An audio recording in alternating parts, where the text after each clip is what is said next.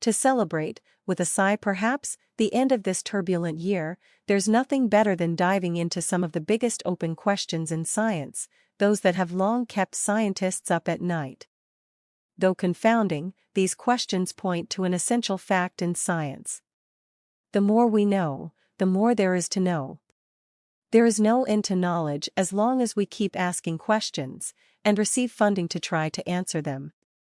Even more interestingly, some of these questions simply can't be answered, at least not through the usual scientific methodology that combines objectivity and reductionism. The notions, respectively, that we can separate ourselves from the objects we are studying, and that it is possible to break complex systems into smaller ones to study their behavior and then infer the behavior of the whole from the behavior of the parts.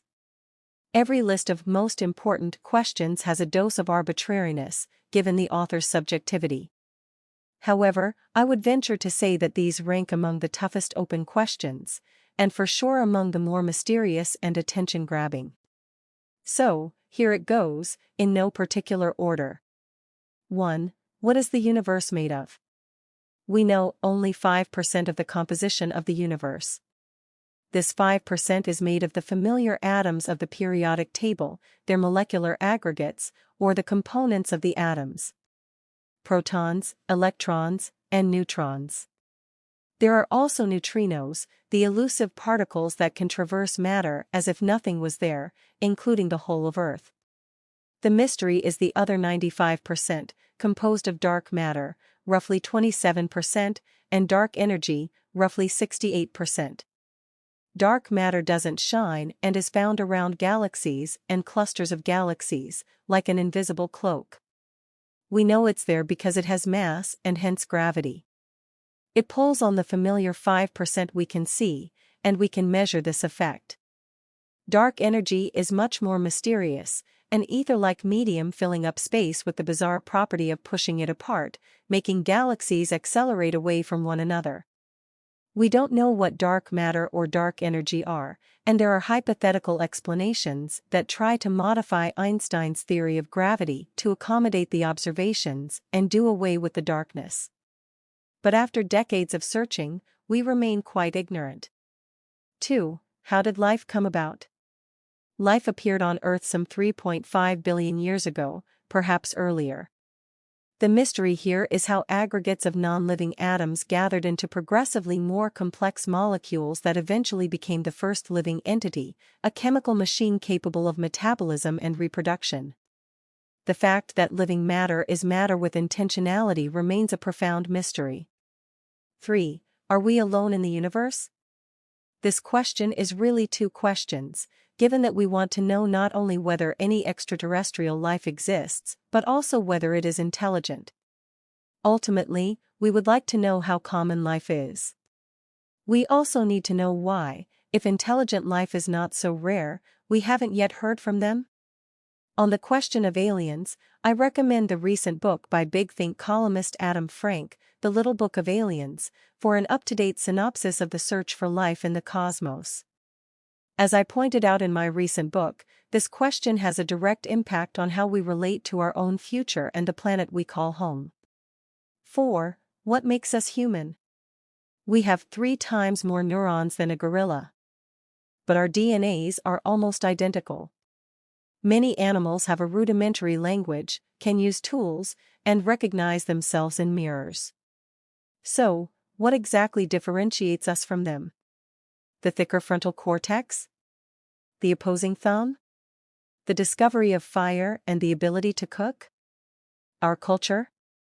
When did language and tool-making appear? An excellent intro to this is Jeremy De Silva's book, First Steps. 5. What is consciousness? We've confronted this question before in these pages, wondering about the nature of consciousness, and even its possible connection with quantum physics, a trendy topic in some circles. How is it that the brain generates the self of self, the unique experience that we have of being unique? Can the brain be reversed engineered to be modeled by machines, or is this a losing proposition? And why is there a consciousness at all? What is its evolutionary purpose, if any? 6. Why do we dream? Even though we spend about a third of our lives sleeping, we still don't know why we dream. Do dreams have an essential function, physiological and/or psychological? Or are they simply random images of a brain in partial rest?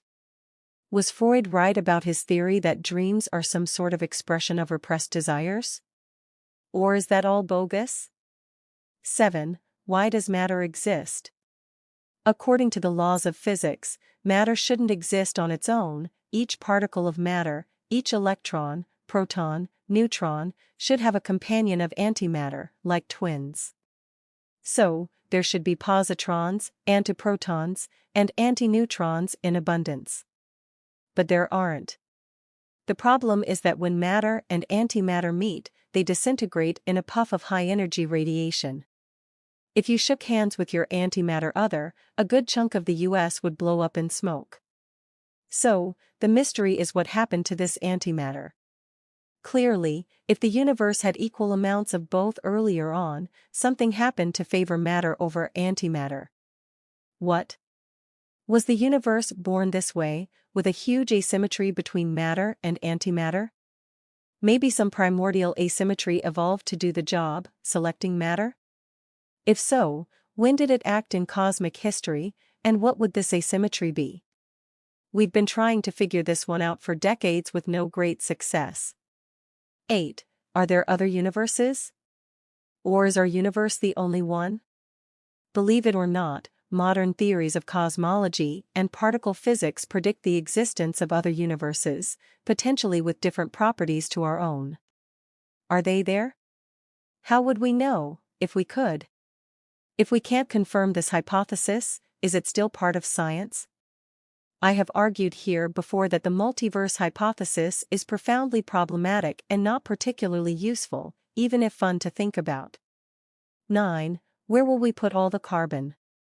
With the global vamping up of industrialization, we are putting more and more carbon and methane up in the atmosphere, accelerating global warming. What can be done to change our impact on the environment? And what happens if we don't? Models of global warming offer a range of predictions, from somewhat mild to dire. But clearly, time is running out to ponder about the issue and do nothing. It's time to take this seriously at a global scale, for the benefit of the next generation and even just the next decade or so. Politicians are moving too slowly. We need to take this one into our own hands and act individually as well. 10. How can we get more energy from the sun? We have based our explosive growth mainly on fossil fuels. Nevertheless, we have a remarkable energy source up in the sky, waiting to be explored more efficiently.